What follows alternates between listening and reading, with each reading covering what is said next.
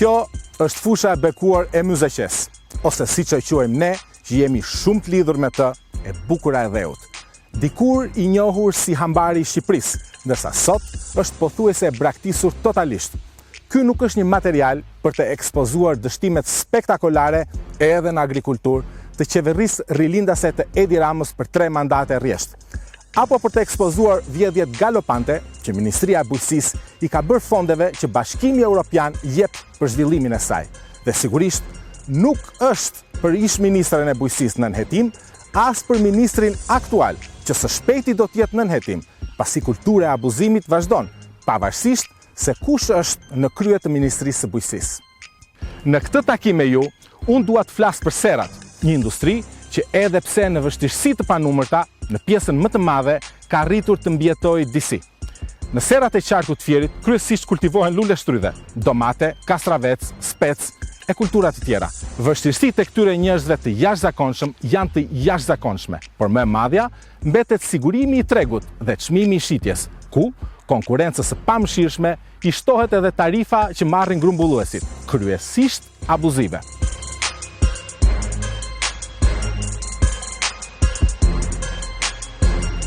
Këto probleme tashmë janë të njohura, por për një pasurim më të mirë dhe më të plotë të situatës, unë kam ardhur këtu sot të takoj Pajtimin, i cili ka kaluar në kalvarin e këtyre vuajtjeve për rreth 10 vite.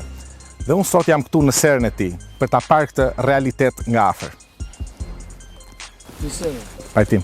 Si shkon? Si vete? Mirë. Si ke qenë? Faleminderit. Si shkojnë punët? Mirë. Mirë? Ja, me vujtje, me hallër. Kjo është. Tashti unë serën, punova në Greqi 20 vjet, erdha bera një palshpik të në Verbas. Jam nga Lambrezi Beratit. Banoj në Verbas, këtu kam tokën e gruas. E bera serë me ato pak lek për një 10 milion nga Greqia, bera gjysmën, pas e mlodha leka, bera dhe këtë qikë më tepër, janë 2 lyme gjysmë serë. Shteti nuk na njes për një gjë, malli herë shkon, herë nuk shkon. Vete atje talë tregtari. Grumbulluesi. Një herë më thot 1200, vete atje ta merr 800. Tash unë ta kthej mallit ta bie shpiku ta çoj. Kemi qarë me pik lotit, ka pasur raste dhe lekët me zor të madh na japin. Subvencione shteti këtu nuk të njeh. Raz jarri mu dogjën 2 tunelet e para, erdhën e pan asnjë gjë. I merr ilaçet të farmacia bujqësore atje, nuk e siguri jes për ka njerëz bësh, hajde merr këtë. Ti ndrojnë gjithmonë ilaçet, asnjë lloj mikrobi nuk zhdukin. Dhe kur vjen puna na del malli me helme, me pesticide të rënda na ajone, po nuk e ka fajin fermeri. Unë çam jep ai atë hes. Unë se prodhoj vetë helmet. Po për sa i përket subvencioneve? Subvencione këta nuk të njojnë fare. Toka është e gruas, ai më thot mua që bëj dokumentat. Çfarë dokumentat do bëjnë? Toka kur është ndarë bazë frymet. E ka marrë tokën. Gruaja sot ai stanjese e ke bërë ser. Unë këtë më shtetja, unë s'kam tjetër. Të ardhur tjera nuk ka.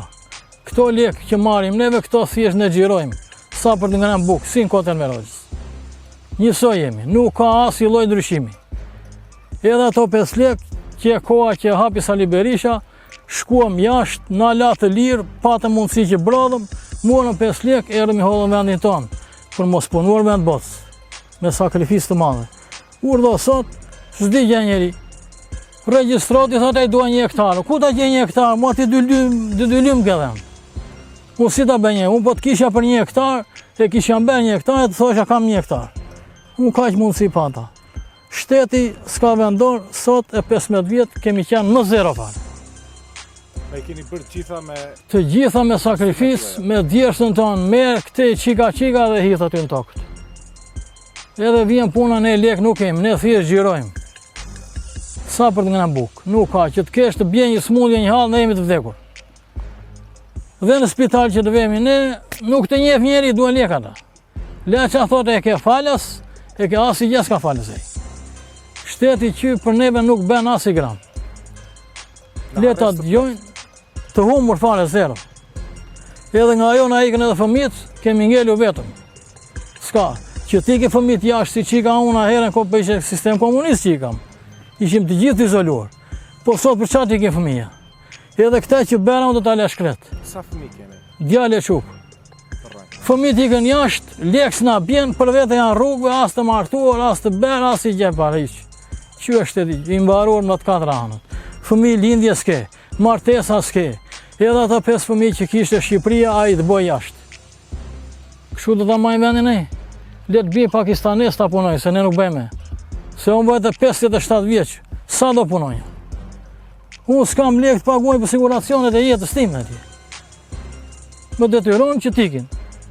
Gjysmat e dokumentave kam, po greku sot gjë, hajde të urdo, se ka nevojë. Të rrim vetëm me dinama pastaj. Me serën. Të majnë serat, të majnë ato punishte që ka hapur anese për bosat i ka hapur. Ato 5-6 punishte, edhe s'ka. Këtu pëhanë vetëm kokat e mëdha të korruptuar të dinamës, se ne jemi të mbaruar.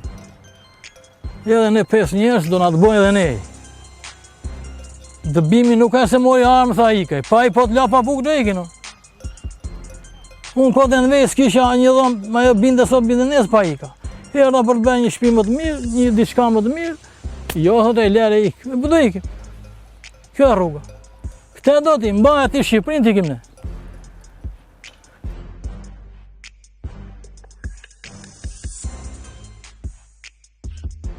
Ju falem dhe për respektin, ju t'jeni mirë, e qofshit mirë. Faleminderit për ty. Kjo është ajo që pam. Dhe në fakt kjo është e vërteta. Bujqëri sot janë realisht në hall, të braktisur dhe të lënë në harres të plot.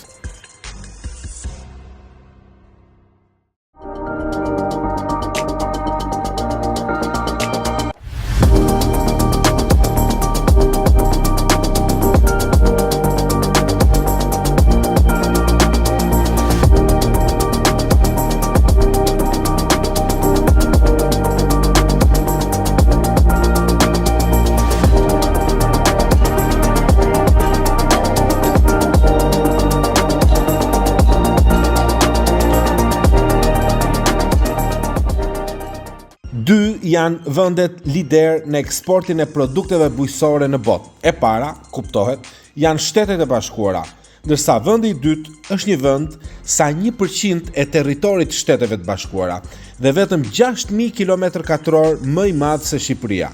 Dhe ky vend është Holanda. Holanda njihet si meka e industrisë së agrikulturës dhe veçanërisht asaj të serave. I themeluar në vitin 1876, Wageningen University and Research është institucioni më prestigjioz në botë në këtë fushë.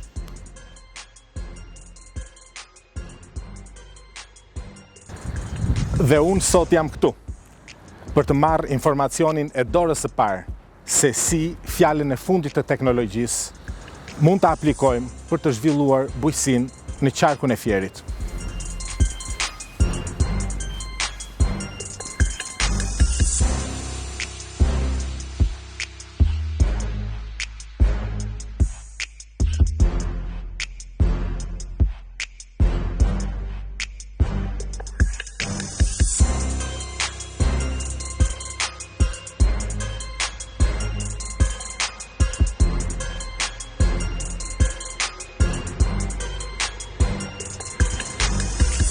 Greenhouses, ose shtëpitë e gjelbra, janë modeli suksesshëm holandez i serave me teknologji të avancuar, të cilin shumë vende, të vogla ose të mëdha, në zhvillim apo të zhvilluara, e kanë aplikuar me sukses.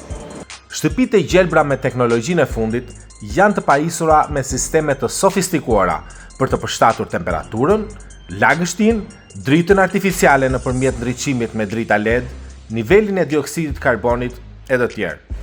E gjithë kjo është e rregulluar me sensor që komunikojnë direkt me një sistem të avancuar kompjuterik, i cili më pas bën përshtatjen e kushteve klimaterike nga temperatura e deri te procesi i fotosintezës nëpërmjet dritave LED. Sistemi hidrofonik, ndër të tjera, bën të mundur reduktimin e përdorimit të ujit nga 96 litra në vetëm 8 litra për çdo domate që rritet në këtë sistem. Mospasja e kontaktit me natyrën dhe surprizat e saj të pakëndshme, si toka dhe ushqimi i papastër, redukton deri në 80% nevojën e bimëve për pesticide. Kjo teknologji bën të mundur kultivimin e një game të gjerë bimësh, të cilat në sistemin tradicional janë të pamundura dhe bën këtë në çdo muaj të vitit, duke mundësuar daljen e produktit në treg kur kërkesa dhe çmimi janë më të larta. Por, a është e mundur që kjo teknologji të aplikohet edhe në Shqipëri? Cilat janë kostot e operimit dhe a i plotëson Shqipëria kushtet klimaterike për këtë? Përgjigja është po. Gjatë vizitës sime 2 ditore në Wageningen University and Research në Holland, këtë ma konfirmuan jo vetëm akademik apo kërkues shkencor, me të cilët pata shansin dhe privilegjin të konsultosha, por edhe student që krahas studimeve në këtë universitet operonin serat e tyre të trashëguara prej gjeneratash. Kushtet klimaterike janë një faktor kyç kur bëhet fjalë për kostot e operimit. Nëse ato nuk janë të përshtatshme për rritjen apo fazën e zhvillimit të bimës, atëherë këto sera i krijojnë artificialisht kushtet e nevojshme, duke rritur kështu përdorimin e energjisë. Po cilat janë avantazhet reale që ka Shqipëria me klimën e saj të ngrohtë dhe me më shumë diell se Holanda? Temperatura mesatare ditore në Shqipëri është 23.3 gradë Celsius, ndërsa në Holand është 14.7 gradë Celsius. Temperaturat e ngrohta ndikojnë në kohëzgjatjen e sezonit të rritjes së bimëve dhe në mundësinë për të kultivuar më shumë varietete. Holanda ka mesatarisht 4 orë me diell në ditë, ndërsa në Fier kjo shifër është pothuajse 2 fish. Kjo ndihmon fotosintezën, promovon bimë më të shëndetshme dhe sigurisht redukton ndjeshëm përdorimin e dritave LED. Në Fier bie shi rreth 112 herë në vit, ndërsa në Holand rreth 230 ditë. Ditët me shi rrisin nivelin e lagështisë, vën në test strukturën e serës dhe rrisin nevojën për ndriçim artificial. Të gjitha këto avantazhe që ka Fieri përkthehen në kosto më të ulta operimi për serat me teknologji të lartë, gjë që bën produktin Made in Albania shumë konkurrues në tregun europian. Po ky nuk është thjesht zhvillimi i një pjese të rëndësishme të ekonomisë, është një transformim i madh. Kjo do të ringjallë bujqësinë, do të nxjisë të rinj të qëndrojnë dhe të mos largojnë nga Fieri, do të ngrejë në pjedestal dhe do të kthejë në mod punën e ndershme dhe jetesën me dinjitet e me djersën e ballit në qarkun dhe në vendin tonë. Do të rrisë agroturizmin dhe do të sjellë shumë përfitime të tjera. Ajo që nuk është në dorën tonë, klima, na ka dhënë përparësi. Le të bëjmë atë që është në dorën tonë dhe të ecim me hapin e kohës.